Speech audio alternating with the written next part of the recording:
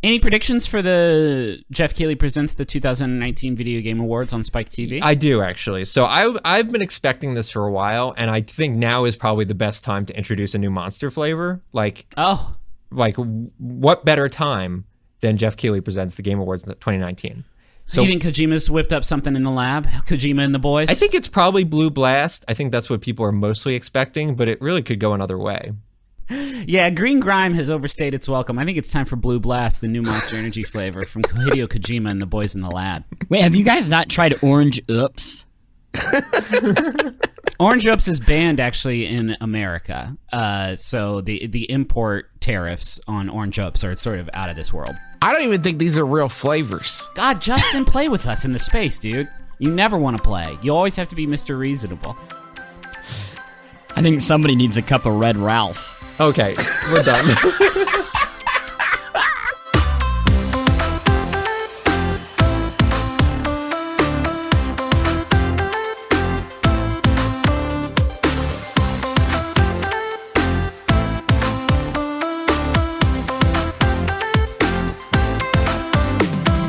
My name is Justin McElroy, and it's all come down to this. My name is Griffin McElroy. It now is the final hour. My name is Christopher Plante, and I am the chosen one. My name is Russ Frushtick, and I know the best game of the week. Sorry. Magic is back. Welcome to the Besties, a video game book club, all year long, game of the year, King of the Hill contest. We are continuing to break our traditional book club format, traditional being the 3 episodes we did before we did this one. This is our game of the year wrap up. Part 1 is already in your feeds for you to enjoy. We have now found ourselves in part 2, the final chapter. So I'm excited to get started. We've introduced ourselves. We've introduced the concept. Let's talk about how things went last time, Russ.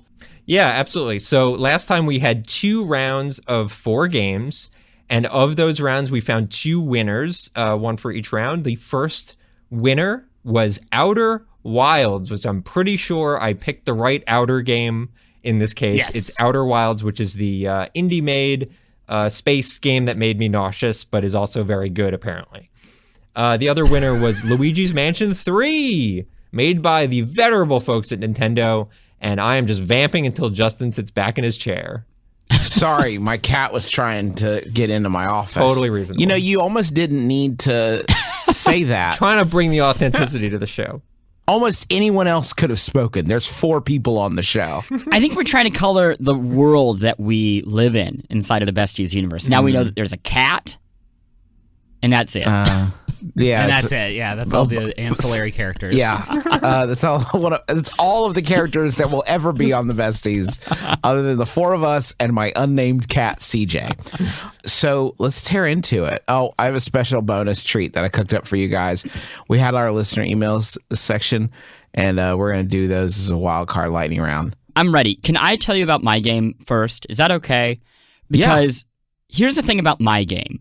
Is I'm not going to do a great job explaining it, but if I go first, then it won't be like as embarrassing as if I go after everybody else. My game is called Baba Is You, and I'll be honest with you, I didn't catch the pun. You play as a sheep, so Baba is also you. EWE. Yeah? Oh. Listen, it only gets up from here. Yeah, this doesn't make me want to name it Game of the Year anymore. Okay. So here's how it works. Picture an old-fashioned Atari video game, right? Where it's just one static screen, like E.T. on the Atari, 2D, few colors. And on the screen, there are rules, like move E.T. up to collect Skittles. What did he like? Skittles? Reese's Pieces. Yeah, I love them. Right? Love So them move shits. E.T. up to get Reese's Pieces. The game looks visually like that with the rules on the screen. But where it is different is all the very simple tasks that you need to do cannot actually be done at the beginning of each stage. You have to use Baba, the you, to move the words around the screen to reconfigure the rules. So if Baba is you, that'll be written on the screen, and flag is win, and you need to get to the flag, you could just swap Baba is flag is win, and then you just win by existing, because Baba is the flag, and Baba wins because flag is win. Yeah, it's kind of like if you guys played Reader Rabbit. There's a Reader Rabbit game where you'd have a blank in the sentence, and it'd be like, Reader Rabbit blank the barn. And you could put whatever you wanted in there, really. Like, there was really no telling. So, like, if you said, like, Reader Rabbit jumps off the barn, dog would jump off the barn. But instead, it's Bob. Is it a dog or a rabbit? It was dog, like DAWG. Dog. Yeah, Okay. He's putting some Randy Jackson. A little bit of that Randy Jackson flavor.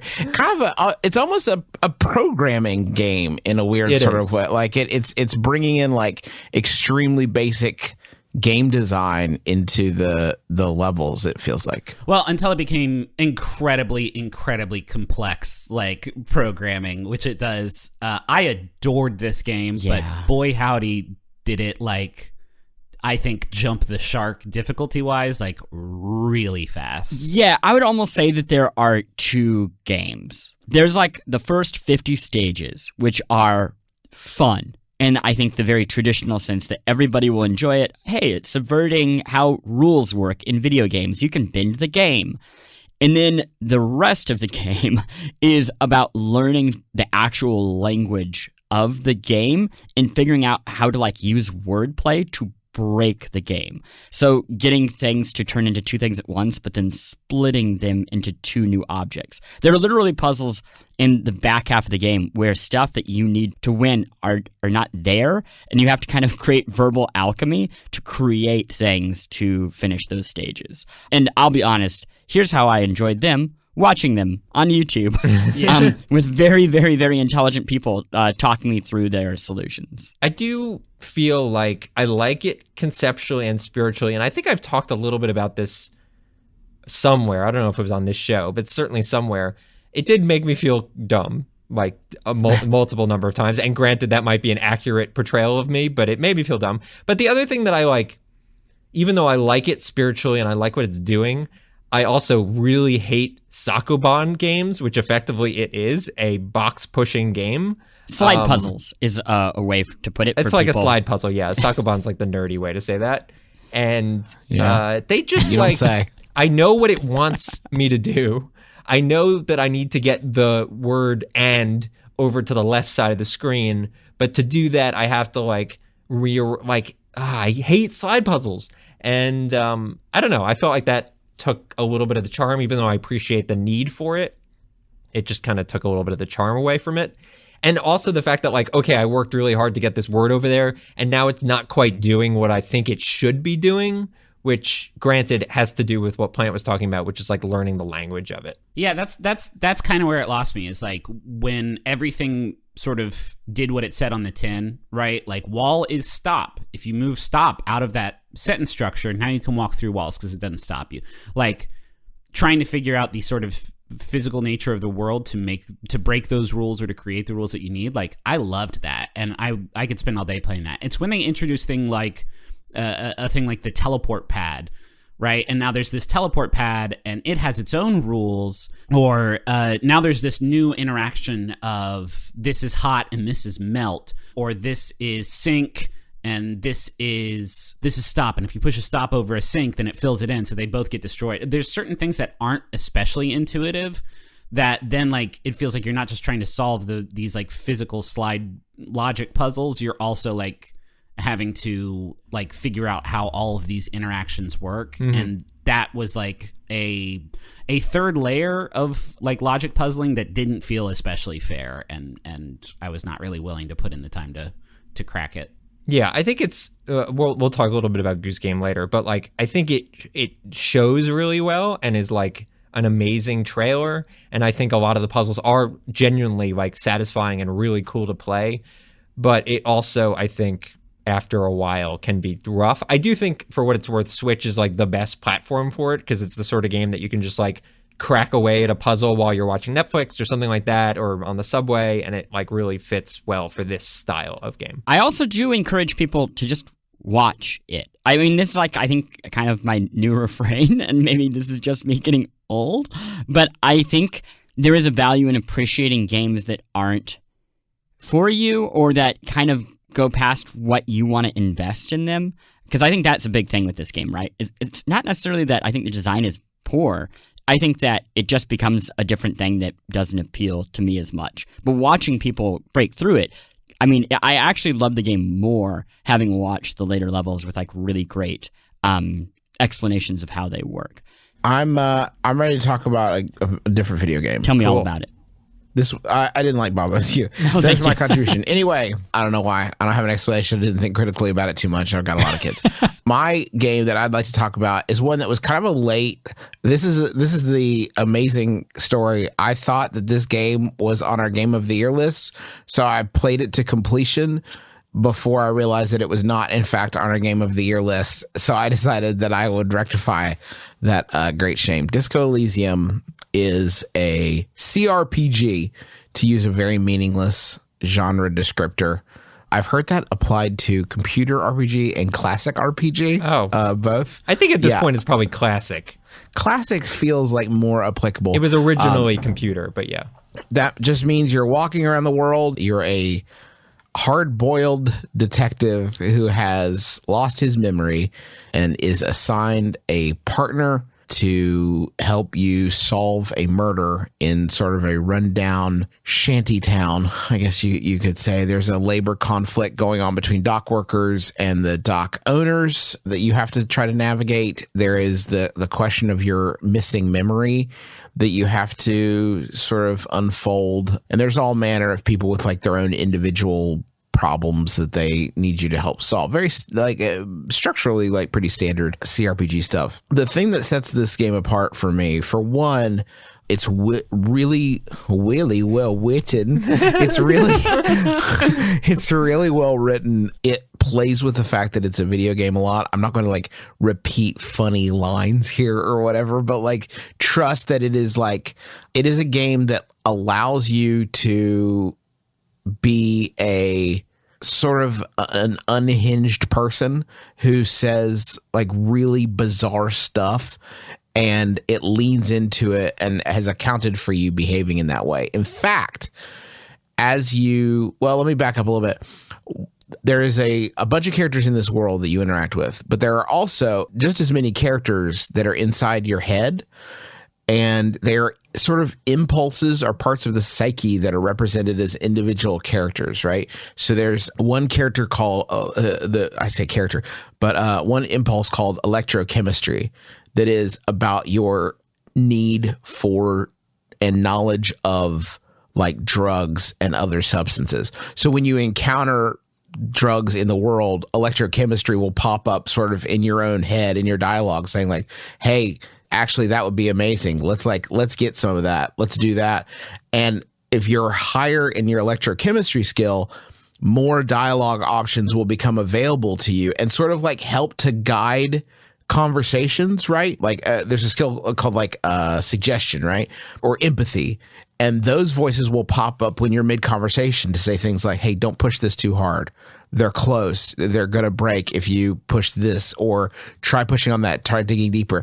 But those voices are like on constant skill checks. Yeah. So whether or not you get that little bit of feedback or guidance is dependent on how high your skills are in that particular area. And the game actually does a dice roll, which is cute. Like, I like that a lot, that you actually need to like roll a 2d6 and it needs to be over 14 or whatever. Justin mentioned this. It's like the skill check resolution is constant. The like way it is interpreted in game world is so fascinating, because you'll see like all of your, I forget the exact like color coordination, but like all of your green skills are your motorics skills, which is like your hand-eye coordination. And so like if you see a green circle on some shelf and you click it, like that is some, usually trivial like thing that you saw sitting on that shelf only because you're like noticing shit skill was up high enough. Yeah. It's constant. Or you'll have like a little yellow circle above your head because like your brain just pieced something together, and that might not be true if your intellect skills like weren't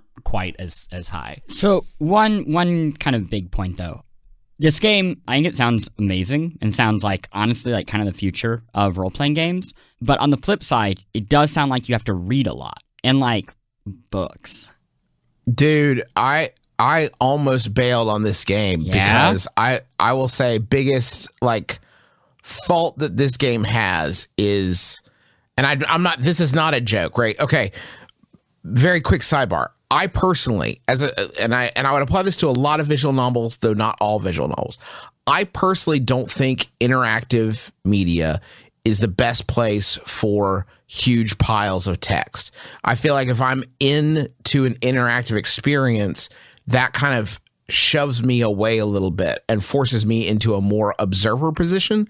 And I don't feel like huge piles of text are best suited to like an interactive experience where I want to be influencing and impacting it. There are like politics is a big part of this game, and racism. And there's a lot of characters that will go on fairly long tangents about their political views. And you just kind of have to get through it. And I was kind of role playing. I guess I decided to role play as a character that was only sort of half listening when people talked. That was kind of my whole style. I will say it accounts for that. It sort of allows for it, but especially early on when you're not super invested, you're meeting like a lot of characters. And I got to this point where I was like, please don't let me meet anybody else. Please, for the love of God, I can't take on anymore. I think that's a barrier you have to push through. I do want to mention, and so we haven't really talked about this, but as much as I played, there's like no combat in the game. Well, is there? I certainly haven't hit like a, now time stops, roll for initiative thing, but there is, you have a physique skill. There can be punching and shooting. There's not a combat system per se, but there are skill checks. Right. To beat someone in combat. Right. If say you want to like deck someone, you need a certain like role. The way I look at Disco Elysium and why I think I agree with Plante, with it being kind of the future of role-playing games, is that it removes the weird dissonance between you're role-playing as a character, but also you're this dude running around with 50 guns, slaughtering an entire village of monsters, whatever. It feels like you're playing the non-combat portions of an actual D&D game, which I really do not recall ever seeing in a video game before in this way and as consistent as it is, which I think is really incredible. But it really has, I don't want people to confuse it with like one of the more experiential games that you just sort of observe. It's not like that. The ones that people sort of jokingly call a walking simulator. It's not that. It's just the mechanics are built around the actual role-playing part of it. I want to talk about one other thing just because I think it's like really, really interesting. There's this thing in the game called the Thought Cabinet.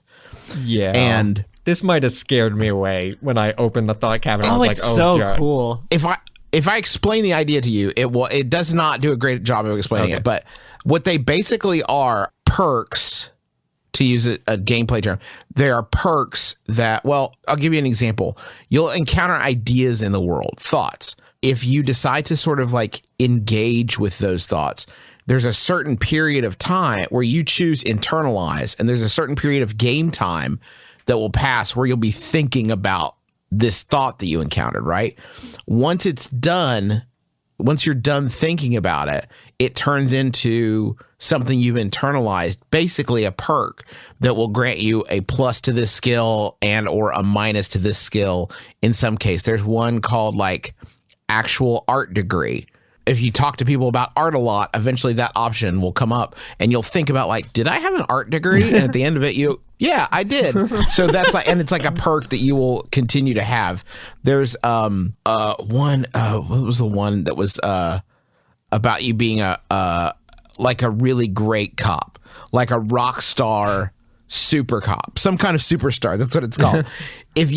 If you refer to yourself enough as like a hotshot badass super cop, eventually you will get the thought in your head that you are a super cop.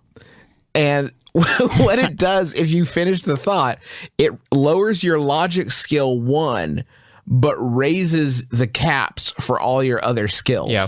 Because you've internalized the idea that you're an astounding cop, and you have like more, you can become a communist that will open up, like if you say communist stuff a lot, it'll open up the thought that you're a super communist. And then you'll like, not only can you develop that skill, you will find dialogue options where people are like, all right, buddy, that's a bit much for me. Yeah. Like, you can steer every discussion towards communism to a point where people get upset with you. It's like really, really, really impressive. A little bit like hard to get into, but like well worth it. I thought it was just fascinating. Yeah, it's a cool game. We should move on to a new one, right? Yes, I can do mine. Go for it. This was my favorite game of the year by a pretty enormous margin. I beat it like 6 times. I've never like gone so hard on New Game Plus shit as I did with Sekiro Shadows Die Twice from Activision and their great games department that brought you Crash Bandicoot for the PlayStation 1. Most notably, it's a From Software game. They make the Dark Souls. You know them. You love them. Sekiro, From Software is probably my favorite like active game developer today, just because every single one of their games since Demon's Souls, like I have been like all in on.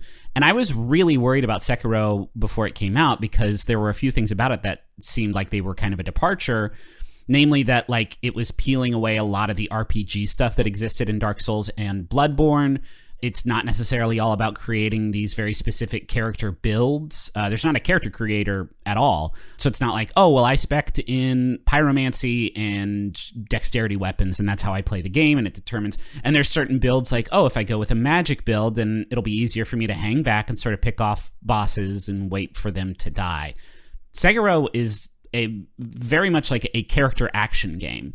Structurally speaking, it still has the Souls stuff of, you know, bonfires you rest at and enemies respawn and et cetera, but like it has a control set, and that's how you're going to play it. You play as the wolf. He's got a katana, and he's got a prosthetic arm that you can load with different tools, and he's got a grappling hook. And so it's not like there's a lot of other stuff. There's not a lot of like opportunities for exploits against like anything. There's no sort of cheap way to play the game. I think that's why as many people bounced off it. That's why I bounced off of it. Yeah. Because in Dark Souls 3, you hit a boss and you get stomped on. You can leave and go grind levels and go find some weapon and grind that up until that's powerful. And then you can go in with a team of 3 real life people like helping you out. Sekiro is just like, yep, you're going to fight this boss again, and you're going to do it and do it and do it and do it until you crack the case. And that is, in some ways, like, it makes it the most punishing game they've ever made. In other ways, like, they do have this mechanic, the eponymous mechanic, where once you die, you can resurrect once and, you know, get a leg up. But that has its own inherent risks, because if you resurrect too many times, then people in the world start getting sick. There's all this different stuff. The reason why it's my game of the year, the reason I went back to playing it as many times as I did, and I say this very confidently. Trophies, baby. It is the best way sword fighting has ever been interpreted in a video game. It is just fighting the most basic dudes in this game. Feels so good. Fighting bosses, like whether it is a big ape who is a real asshole, or just like, you know, another like samurai that you just have to, you know, duel with on top of, you know, a temple roof somewhere. It's thrilling and so challenging. The thing that they sort of like settled in on is you have a posture meter in addition to your health meter. And once your posture meter is like, you know, filled up, then you leave yourself open for a death blow. So it's all about like, you can go in and try and do the Dark Souls thing of just like blocking and dodging and waiting for your opening and getting in there and getting in a couple hits before you dodge out. But if you do that, their posture meter is never going to dip down to a point where you can get the death blow. This game, like, it very much punishes the patient approach. You have to always be engaged in the battle in there, swinging to break their posture, as well as like chipping away at their health. Yeah, that like balance felt so good every single fight, especially the final incredibly difficult fights that this game puts out. I completely agree with the sword fighting. I think the sword fighting feels amazing, and I appreciated like the boss fight stuff. The problem that I had is that the boss fights in Souls games are my least favorite parts of Souls games. Mostly because usually the camera can't really handle it. Like, the camera was not designed to handle it. and also the difficulty. Like, you're right. Like, they are designed for memorization and figuring out the patterns and abusing them. And it's tremendously satisfying when you finally do it. But do I want to spend 3 hours on the same boss fight? No, probably not. Thankfully, in Souls games, you have the backup option of just summoning people and making it easy. And granted, that is not an option here. You need to beat it legitimately, to the point where I would much rather appreciate their like incredible world building and sword fighting and all that stuff on an easier difficulty. I realize there's been a lot of drama about this over the last year, but like, yeah, and we don't need to relitigate that. Just for me, I would have been more game to play through it if it was easier. And yeah. I realize people want difficulty, but did you bounce off of Lady Butterfly? I feel like Lady Butterfly is the boss fight where shit gets very real, very fast. Yeah, that might have been, I don't remember. It's been 8 months, but yeah. I'm sort of in between. Like, I think I probably would have, I got very close to putting this game down and never playing it again. Like, nothing against the game itself. It's just like, didn't seem like a good match for me as a person. Eventually, for whatever reason, I was intrigued enough that I kept with it.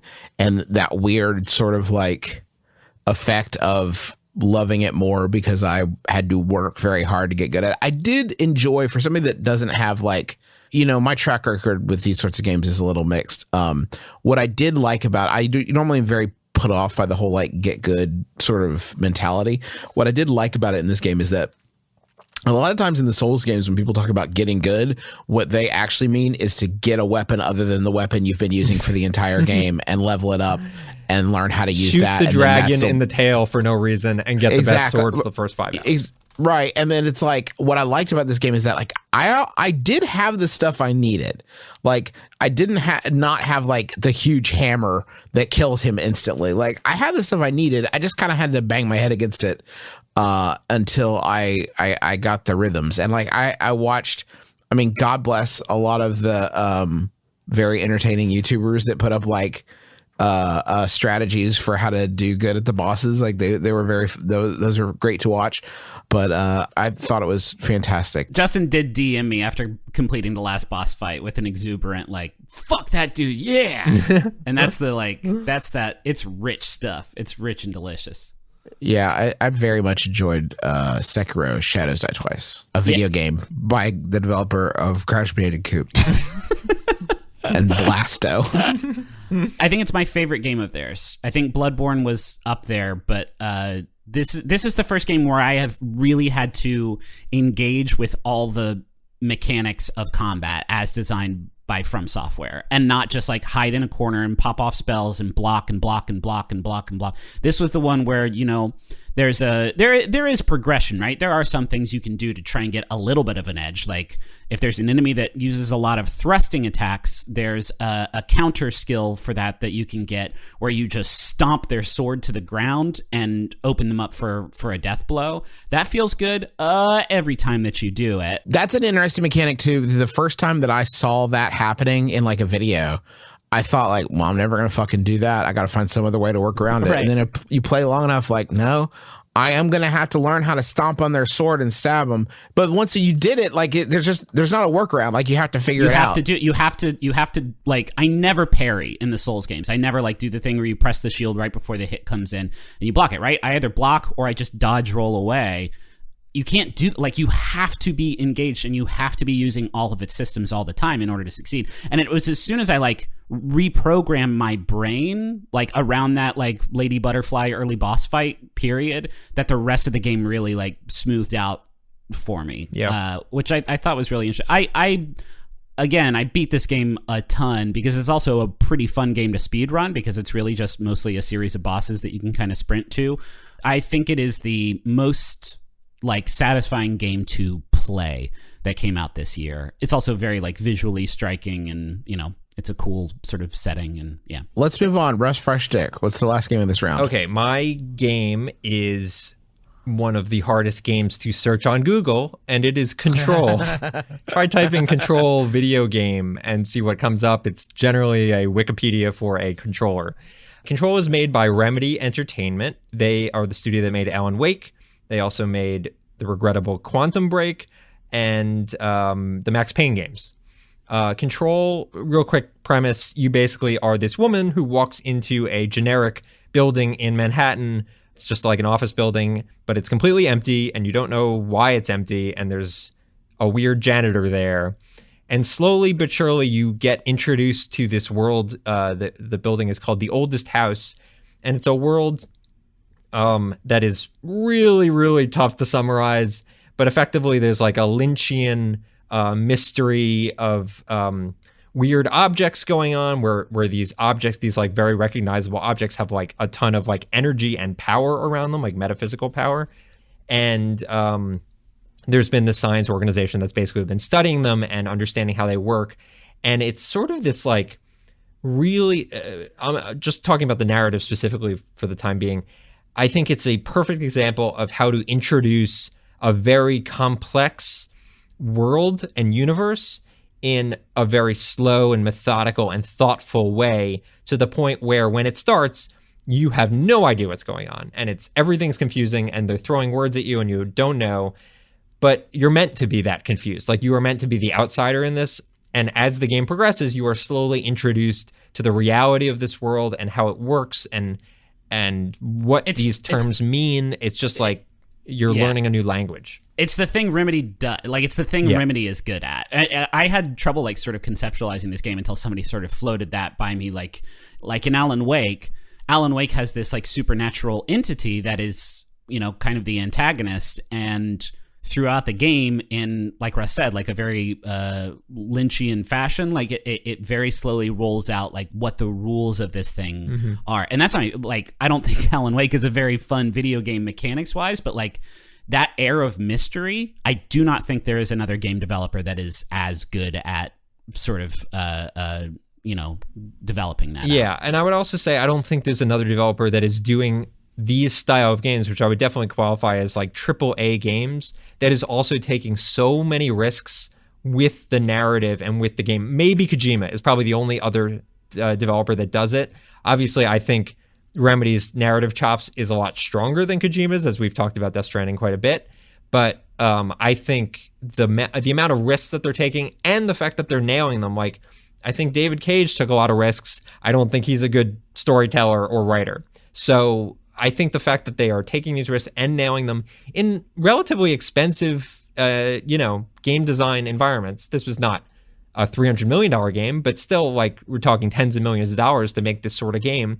And to do it in such a like brand new IP, risky format is really exciting. I haven't even talked about the gameplay. Someone else can do that if they want to, but the narrative was really like what struck me. I'll dig into that a little bit, but I think the closest comparison for people who maybe aren't familiar with Remedy games, because they are popular but not, like, I would say mainstream, is really The Matrix. And I don't mean The Matrix like, oh, we're all living in a simulation. I mean, when The Matrix originally came out, and it's hard to even think about this now because it's so part of pop culture, but it started out so simple and humdrum, and you're just in the real world, and then gradually it reveals this, I mean, really what ends up being borderline cosmic horror. The enemy of The Matrix was so hard to conceptualize at that point. This idea of, oh, we are a world or simulation within the real world. Oh, there are these forces so much bigger than us. And the environment that we live in itself is in some way the enemy.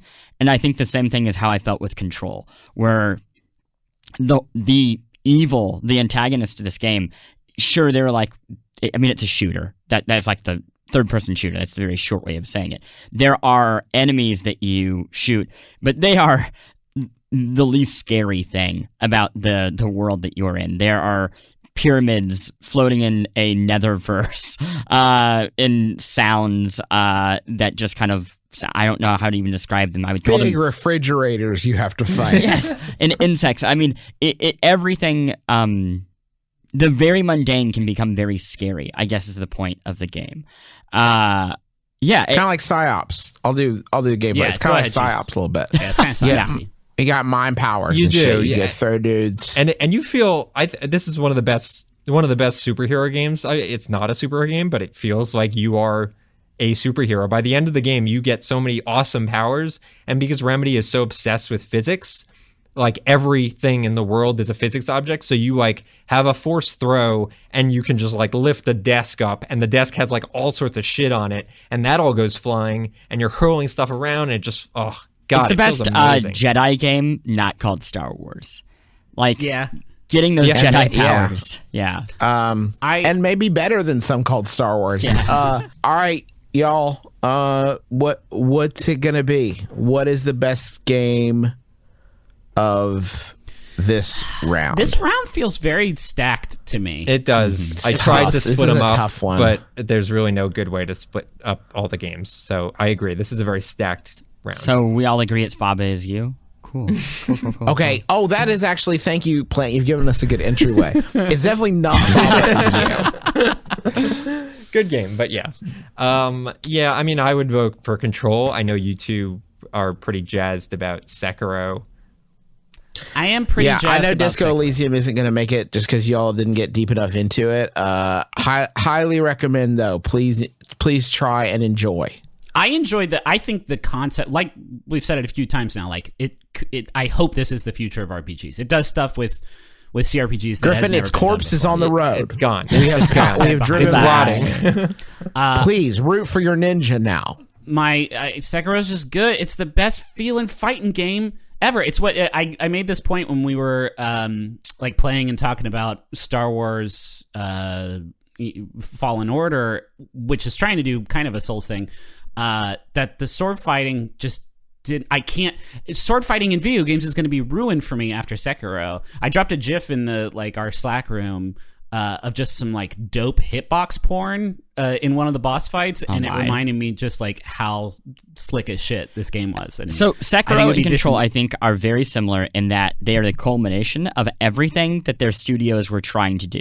I think all of From Software's games led to Sekiro, and they nailed it. I think Remedy did the exact same thing with everything from Max Payne to Alan Wake to Quantum Break to this.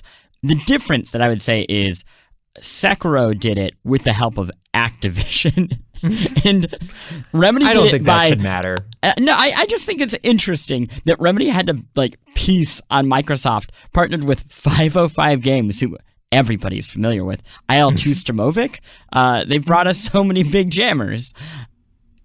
I'm saying that I think it's more incredible that Control exists. I think I put them at equal levels. I think they're both, honestly, two of the best games of the year, if not the decade.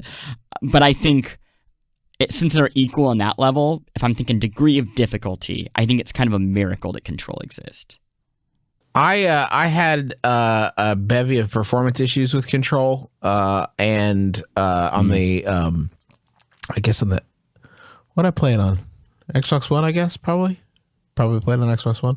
I had a lot of performance issues with that, and I would also say that Control takes a much longer time to get going on like the fun. It is a pretty slow start, I would say, for Control. Where I feel like Sekiro kind of gets right into it. Does the progression stuff in Control ever?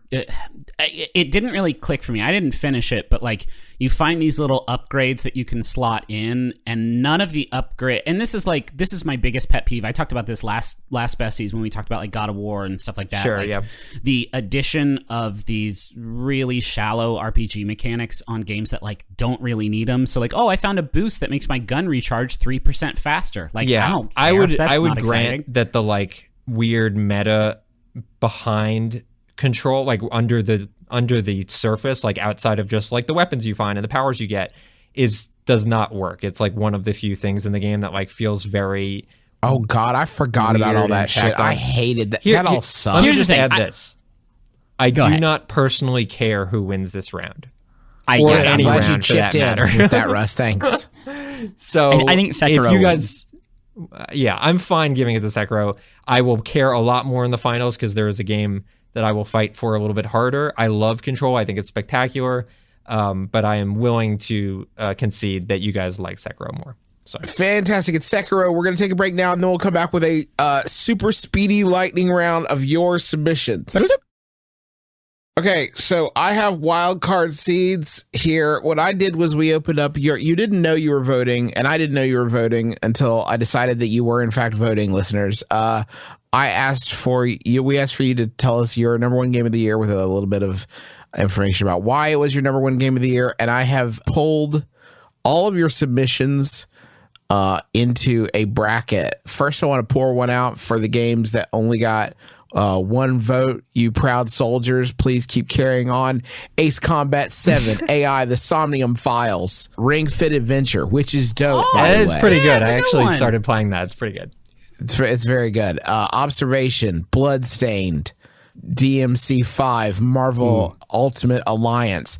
As Kyle says, here's Kyle's plug for Kyle, the sole voter of Marvel Ultimate Alliance Game of the Year. He says, you get to spam hit ninjas, robots, and other weird bad guys as Daredevil or Captain Marvel because they punch the same. That is my son's Game of the Year, because you press one button and you make Spider-Man do the big kick. That's pretty good. I have broken it into actual brackets here where the games that got the most support are up against the ones that got the least support, just like in real sport, as I'm led to understand. And we're going to just blow through this and get one weird wild card winner that will go into our final bracket. Okay. We're not going to take too long. Here we go. First round with 27 votes, Untitled Goose Game. It's our number one seed. A lot of people liked Untitled Goose Game. Very funny gifts. A lot of good gifts. It's up against Cadence of Hyrule, which dope game. Dope game. Shit, I forgot that came out this year. Oh, it's a shame we have to say goodbye to all of our listeners, but Cadence of Hyrule just the small local college just destroyed Duke. And Cinderella Story, Cadence of Hyrule. It should have been on our list somewhere. It fucking rules. It kicks so much ass. I never actually even played Untitled Goose Game. I watched a lot of videos of it, and it seems hysterically funny. Great gifts. But the congratulations, Cadence of Hyrule. Moving on. Next up, it's a lightning round. Well, hold on. What didn't you guys like about Goose Game? It's not a great stealth game, which is to say, it's not a great game. It's really fun to watch. The memes are delicious. Okay. I think that people liked it because it's funny, not because it's good. I think you're right. Here, that's my hot take. Round 2, death with 6. Well, okay, no, well, it doesn't really matter. The order does not matter. Round 2 with I've got it right. With 6 supporters, Death Stranding. Okay. Oh yeah, this was almost on your final list, Justin, and then you forgot that Disco wasn't there. This was almost. Well, it's not that. It's also like we just talked about Death Stranding a lot, so I wanted the opportunity to talk about. The list is meaningless anyway. Thank you. Let's see. What did people say about Mario Maker 2, which is our other competitor for this round? Super Mario Maker 2, says Adam, because it's an infinite game. Even if you have to play 999 piece of shit garbage levels made by stupid assholes who should go to Mario jail for every one level that isn't fucking awful trash. I love it. Strong plug for Mario Maker 2 up against Death Stranding. Here's the thing. Death Stranding should have been the winner, but the buzzer beater came in literally this week with Mario Maker adding a Link and all the Zelda features, which completely changed the game. It's wild. Griffin, do you want to explain some of those features really quick? Because I think they're worth highlighting. Right, so if you play Mario in the 8-bit sort of like visual set, you can get the Master Sword as like a power-up for Mario, and he just fucking turns into Link, and now he has a bow and arrow he can shoot. He can block stuff with his shield. He can pick up and throw bombs. And so all of these different sort of mechanics that you can use to gate stuff off from regular Mario, now you can bounce a spiky ball back at the thing that threw it, or you can jump in the air, shoot an arrow to activate a platform that you then land on, or you can blow up a wall with a bomb that you just pull out of your pocket instead of having to like use some sort of bomb. You can do a butt stomp with the Master Sword. Like, it changes shit. Mario should have just been doing this from the beginning. What was he thinking? I have now spent time with this update, and I feel a little guilty that I chose Pokemon as my third game instead of this, because this update is like out of control. Tough nuggies. Yeah. So it's Death Stranding? No. It just got Death Stranded on the side of the road. Mario. Miyamoto-san said, here, I don't fucking know anymore. You guys finish it for me. And you guys are like, A+, best game. Yeah. Better than Kojima opening up a vein. Fine, Mario. Congratulations, Mario. So proud of you. Everybody cares. Third round, Borderlands 3 with 4 votes versus Sayonara Wild Hearts with 3 Easy. votes. Here's what I'm going to say real quick about Sayonara Wild Hearts is a rhythm game. I mean, yeah. I mean, the level of interaction is very limited, but I think it's also... Colton says, I just want to give a few more reader impressions in here. Colton says, catchy electropop songs paired with gorgeous 3D animation, a neon, cyan, and magenta aesthetic, and a short playtime made for densely packed rhythm game that feels like playing through a music video that I just want to keep replaying. That's Colton. It feels good to play. I think it looks great. And then AJ says, Borderlands 3 has a canon non-binary character and a gay couple that lives through the story. Listen, the bar is low. And as much as they may have fucked up otherwise, they have never backed down on these characters despite shitty fans, and goddamn it, I appreciate that. Notable.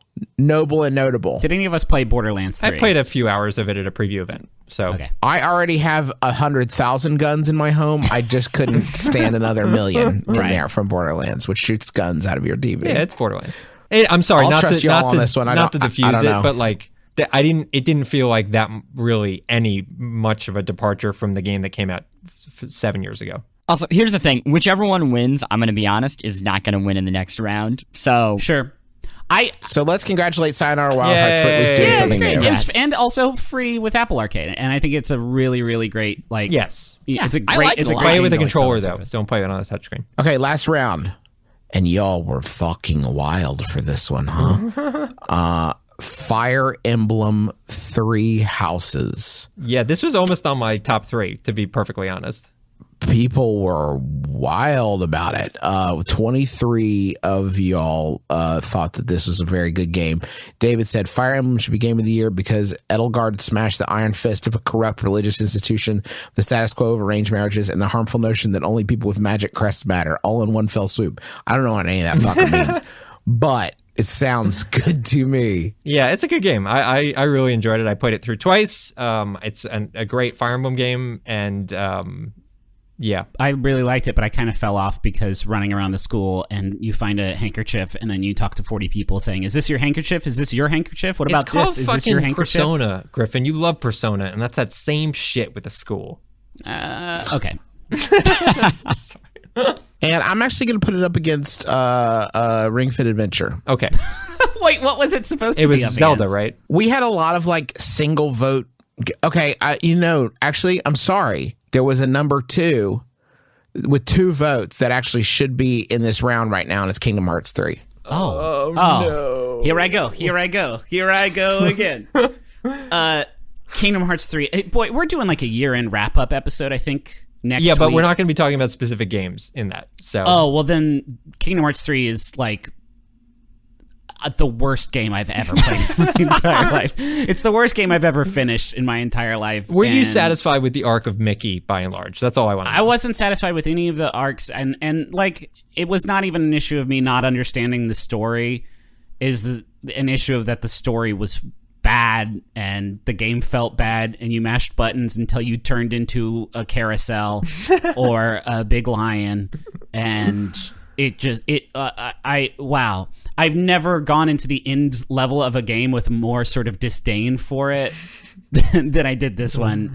But that DLC, maybe that's what's going to make it all sort of click together. Who knows? I knows. And the answer is no's.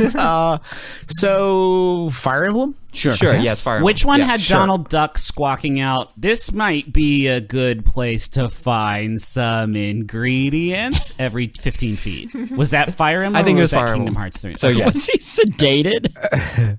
It sounds literally every 15. This might be a good place to find some ingredients. Okay, I can't do this anymore. Cadence of Hyrule versus Mario Maker 2. Mario Cadence Maker of 2. Hyrule.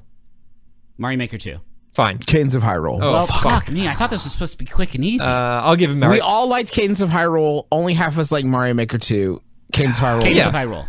Deal. Fine. Okay. Round 2. Sayonara versus Fire Emblem. Fire Fire Emblem. Emblem. I guess Fire Emblem. Fire Emblem versus Cadence of Hyrule. I'll die. I will It's fucking Cadence of Hyrule. die. Thank you. Yes, correct, Chris. Fine, Plante. Does fine, anybody else fine. know the right I answer? love both of the games, so I don't feel bad. Yeah, I do too. I Can think we that- get a you third? didn't love it in the sense that you kept playing it until you had completed it. So love seems What like do a you bit mean? of a I strong played word both from of the you, games. Griffin. No, Griffin. Oh, Griffin. I think Griffin that, bailed on this game that he loved. yeah, I But think finish Kingdom Fire Hearts Emblem. 3 for the record. I think Three Houses. Yeah, fine. I think Three Houses is a step down from the 3DS Fire Emblem games, and I think that Cadence of Hyrule is like a wild stepped up from like Necrodancer and all those. I think it's great. I think the story is better, but we did it. Okay, so congratulations, Cadence of Hyrule, the wild card winner. We could have a third Zelda game win Besties Game of the Year. This is possible. Spoilers, there is no way. Yeah, there's no way, but it's possible. It's not possible in the traditional sense. Was there any... do we have time to talk about, like, do you guys have any... Before we decide Game of the Year, do you guys have any other honorable mentions for 2019? Anything that you want to champion? Anything you spent time with that we have not discussed? Card of Darkness and Grindstone were two like excellent mobile games that I continue to play a ton of, as well as Pokemon Go. The first 90 stages of Grindstone, until it actually becomes a game about grinding, at which point, no thank you. But it doesn't matter because it's on Apple Arcade. What? You played 90 stages of that game? Yeah, and then after that, there's a lot more, and you actually have to grind to play them. Okay. Yeah. Just quick games as a service update. Destiny 2 and Final Fantasy 14 both got expansions with Shadow in the title, and both of them pretty fucking good. Good job, everybody. Keep them going. World of Warcraft saw that and was like, our next one's a Shadow one too. No. I beat you, World of Warcraft. I beat World of Warcraft because I don't want to play it anymore. Okay. So no. I don't think anyone else has any other ones. I think there's lots of good games. Do you have one? You did a face that says definitely not. What about Dragon Quest Builders 2? Very good game. Very good. Yeah, that was actually that's a somebody just needs to tell experience. People that make JRPGs to like I've been here before. I know what A does and how it swings a sword. Just accept that. It's okay. We could move on. Beyond that, it's very good. Divinity Original Sin on the Switch. Like, there was a ton of fucking good games this year. Yeah, Divinity came out. The Switch version's very good, but effectively that was like a last year game. I will say the most interesting thing to me about this year is that none of the, like looking at the reader feedback, none of the games had like incredible critical mass over the others. There wasn't like some clear, like Untitled Goose Game is a joke game that a lot of people like because it was like silly and it brought them a lot of joy in a year where they needed it, which I can completely get. But there wasn't a Zelda or a God of equivalent. War, a Red Dead 2. Right. Yeah, because it's all those like big studio games are working on next gen for the most part. Next gen, yeah. Okay, so do you guys want to do this in rounds, or do you just want to talk about the 4 games and pick the best one? Yeah, let's do the 4, and then we can start peeling them off. Cadence of Hyrule, thank you for joining us. You brought us a lot of joy. You were a fun game. Oh, let me say something without being dismissive. Cadence of Hyrule is better than Luigi's Mansion. No, that's false. It is actually. Here's interesting. I have some data here. I'd like to rifle. Hold on, I got my date. Let me get my papers in order. They say it's better than that. Like that Luigi. Okay, say your name out loud if you have completed the game Luigi's Mansion 3. Oh, come on, man. I'm on the last level. We all love this I'm on the game, last one of level. our best games of the year. No. We all love this game, this best game of the year. Of the 4 of us, which one of you has completed it the most, would you say? This, like, fucking absolutely manageable, not extremely long Nintendo game that we all love and adore. How many of us have completed it to completion? What if at the end, Luigi becomes like starts professing the benefits of the white race? Like, you have fucking no clue. Before we play this game, how many games did I finish at all this year? Probably not many. Not many of them. Because you're not a real gamer. I'm here to try the wonderful journey of so many video games and then to hop off when I feel the right time has come to try something new. I just think that me and Justin's votes should count as double since we're the only true gamers on this podcast. What about Cadence of Hyrule? I beat it, yeah. Yeah, I beat it. Griffin, Chris? 100% of that shit. I didn't beat it. I'm still playing it. Okay, so what I'm saying is no. Luigi's Mansion. Now this is not an unfair argument. Yes, it is. If you are playing through a game and you're like, you get to a point where you're like, I get it. Like, you don't then say, yeah, I get it. It's one of the best games of the year. Anyway, I don't want any more of it. I was playing Luigi's Mansion last night, Justin. Yes. Literally last night. Also, pause. Again, I want to hammer this home. Griffin, McElroy finished Kingdom Hearts 3. Put it on a t-shirt. It doesn't. That's finishing. belongs. I have to agree with Chris here. Finishing things doesn't mean shit not endorsement anymore. I will say finishing something doesn't mean you like it. Not finishing it does mean that it's not one of your favorite things of the year. It means you are a grown-up who doesn't always have time. I think that's what it means. Yeah, I disagree with the point you're making. Because we all three, Drag. but 3 of the 4 of us made time to finish the great experience Cadence of of Hyrule is like 30 minutes Hyrule's long. 3 hours long, Yeah, Justin. it's a short one. Maybe if Luigi was shorter, we could play the entire game. Okay, but all right, that's fine. They're both Let out. me just say, Cadence of Hyrule, real quick, has maybe the best Zelda soundtrack ever. Oh yeah, no doubt. It's fucking wicked, that soundtrack. Should we do gut check, all count of 3, and then just say the game that we're thinking of for? Wait. Yeah. List all 4 for our wonderful listeners. We have Outer Wilds, Luigi's Mansion, Sekiro, Shadows Die Twice, the newest game from Activision, the studio behind Crash Bandicoot, and Cadence of Hyrule. Okay. And then we'll do 1, 2, 3, and then on that 4 beat, we'll say what the winner is. Oh, God, Okay. the timing. Okay, are you ready? Here, I'm going to count it down.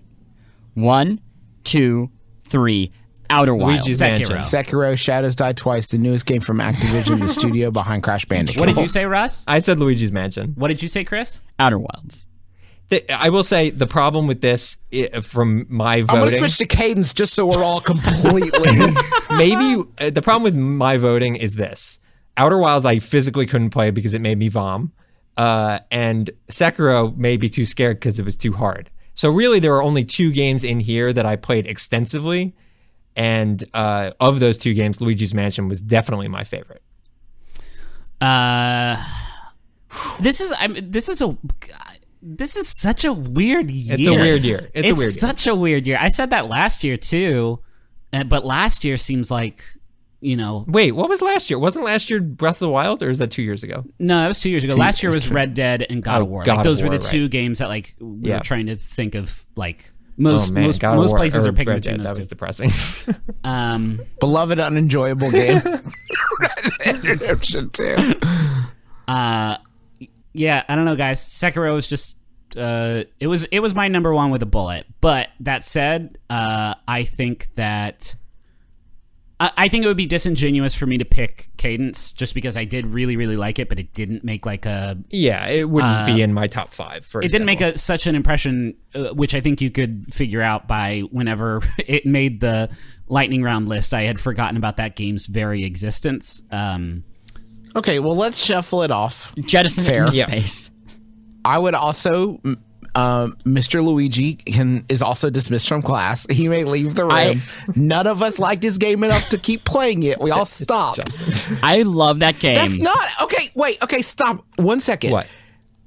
If this was... I know that it's not 100% comparable. Oh, no. If this was a discussion about movies or books or paintings, and Justin, we're like, I'm gonna up be to real. 3/4 of the painting. Let me finish this fine. thought, please. I know where we're going. And then you can have, if you're like, I looked at 3/4 of the painting, I got it, flowers, sky, whatever, best painting of the year. If you were reading a book and you're like, I don't know, I got through 20 or so chapters, I get it, man loves woman, etc., best book of the year. Movie, I don't know, I got an hour and a half in and there was like Tyler Durden was like this guy's friend or something. I don't know, but I loved it. Best movie of the year. It's to use that analogy, Justin, it would be like if Russ went to watch the Sekiro painting and a big man just picked him up and put him in a garbage can. Sekiro does not have to meet the standard of completion because it is challenging. Luigi does have to meet the standard of completion. It's not challenging. It just gets boring after a while and everybody stops playing it. I completely disagree with Justin. I just want that on the record. But I do agree that we can now jettison Luigi into space because I do think this is going to be between Outer Wilds, which is the game that people will remember, I think, for a long time, and Sekiro, a game that is probably the best made game of the year. Like, I think it's just very clean and well executed. It's for gamers, is what you're saying. Sekiro It's for gamers with a capital Z. Yeah. I love that control. I'm not like the biggest fan in the world, but I love that Remedy. I don't know who keeps doing it, but I do love that Remedy gets to keep doing these. Yes. It should not have happened again after Quantum Break, right? They should have been making a fucking. Did you just throw Control back in the mix? Are you Quake expansion? Are you slipping it's- Control back into the final round? Just talking about Control. Anyway, this Outer Wilds. Oh man. So if I had to that's- pick between these two, knowing what I know about these two, I would pick Outer Wilds. Interesting. Welcome to the Rumble. This is I think Outer Wilds does something that no other game has ever done ever. Sekiro does something, a very refined version that the same studio has done many times. That's a novelty bias, though. That doesn't account for quality. I mean, again, I can't comment fully because Outer Wilds made me vomit. So this is one of these was my like road dog in terms of just like I want to be a cool samurai and do dope ass fights and kill a big gorilla, and the other one gave me existential dread. So like one of them scratched a which do very you think? Serious question. Which do you think you're gonna remember more clearly in 5 years? That's a tough question because I just sort of got my gaming PC hooked back up, and I have this uncontrollable itch that I'm going to give way to buy Sekiro on PC so I can play it again on like high ass definition settings, and I will still like go back and replay like Now, high ass definition actually just affects the polygons of the butt, yeah, and the light of the butt. I don't know. I think that I will replay Sekiro in a way that I haven't really gone back and replayed a lot of the Sekiro's From designed to be replayed. I mean, I don't know that that's... Sure, yeah, but I don't think that it discounts it, right? Like, it's in the same way that I still go back and replay Ocarina of Time. I think that I am going to go back and just replay Sekiro because it's just fun to play. How do I get that big Goron sword? What? Oh, that's not in the... You've been mistaken. Oh, my bad. But Outer Wilds does it introduces it's sort of in the same way that we talked about Obra Dinn last year. Like it's kind of a new kind of gameplay formula.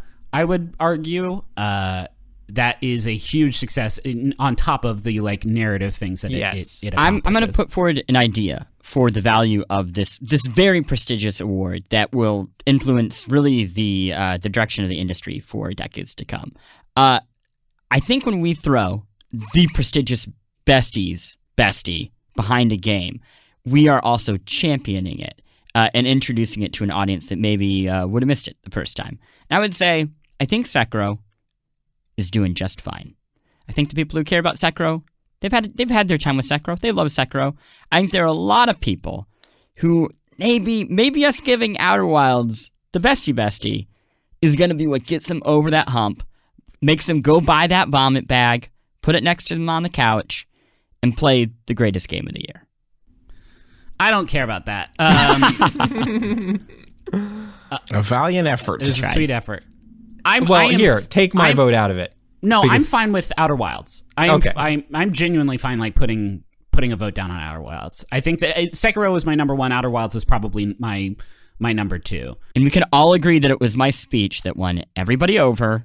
Outer Wilds is really interesting, and I think that they had enough like serious missteps in where it ends up in terms of like what point this is not about like finishing the game. This is about like the way the mechanics have been designed to make progressing through it really challenging and kind of inscrutable. Like there's a lot of stuff that I would have liked to have seen from Outer Wilds.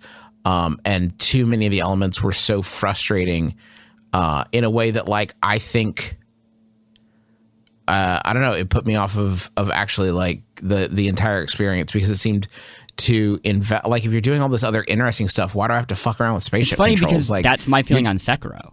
It's like, kind of like what Frush was saying is, I know that's not a fault of the game design. But the mechanics of Sekiro are the experience. That's true. Like That's true. the experience of Sekiro is the idea of mastering these But I think controls the and like lack of clarity is a huge chunk of the experience in Outer Wilds. Well, that's also I mean, you could leverage that at literally any FromSoft game, and I would argue that Sekiro is the best about that because, again, like these are the tools. There's not like a bunch of other shit that you have to. I remember the first time I played through Dark Souls, I don't think I upgraded a weapon.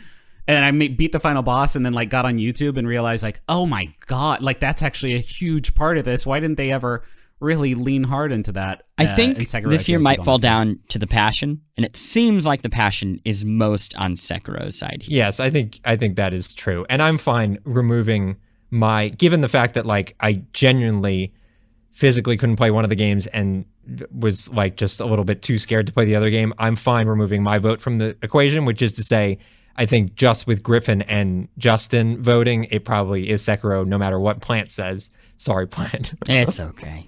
So congratulations to Sekiro Shadows Die Twice, the newest game from Activision, the studio behind Crash Bandicoot. A lot of good games this year to go out and enjoy. All these games are well worth playing.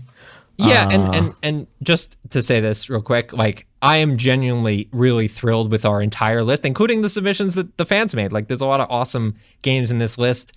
And except for the 3 of you that voted for Breath of the Wild. Sorry, Come guys, on. That was a few years ago. We're not going to put Galaga up here. But I don't know. It's like an awesome list, and I'm really happy with it. And I think even if your favorite game wasn't the game that was chosen, you should still, I'm sure, be very happy with any of the 4 games that were in the finals, or really any of the 20. Hey, did we bring up Link's Awakening, though? Did we talk about Link's Awakening? No, we're not adding games. Start over. It's too late. Start the show over. Start over. Here's the thing. This year, I think we all had fun. We all seemed like we still like each other. It was some fun sparring, like gentle sparring on the mat. Next year, bloodbath. Next year, new consoles come out. Murder. Next year, Big some boys huge come out games. to play. I hope you all are ready to bleed, because I'm gonna What's that be- sound? Woof woof. That's Master Chief. The big dog's back, baby. The real games will be out next year, folks. Don't worry. Enough of this twee bullshit. The real big boys of video games will be back. Master Chief and all would have his stomped friends. Sekiro's ass. Next week, we're going to be talking about our highlights and lowlights of 2019. If you've got one you'd like to share with us in a sentence, send it to mail@besties.fan. We should mention this is not like the game you liked or disliked. It's more about like events or moments like E3. Moments, trends. VR. How do you feel about VR? Stadia. Did you all see that the Stadia version of that new Darksiders Genesis, the Stadia version's $10 more expensive than the... But Justin, you can play it anywhere. We will be back with you again next week. Don't forget, we are coming up on the end of the year. After year's end, episodes of the Besties will only be available on Spotify. All you have to do is follow and listen for free. You don't need a subscription or a paid account. You can do it for free. And yeah, the exclusive episodes start on January 3rd. We're going to kick things off in January with a big most anticipated of 2020 episode. So that's going to be only on Spotify. And here's another thing, just a quick thing that you can do. You're enjoying the show. Go on that twitter.com. You can send a tweet to us. You know what? Put Spotify on there and let them know how absolutely grateful and just wonderful you are Spotify, for getting us on this platform. I'm sure that their social media manager will love this. And it will help us stay on the wonderful place that is Spotify. And I think I've said it before, but literally the show would not be Truth. weekly. It probably would not exist without Spotify. So thank you, Spotify. And thank you to you for listening. That's going to do it for us. Be sure to join us again next week for the Besties, because shouldn't the world's best friends pick the world's best games?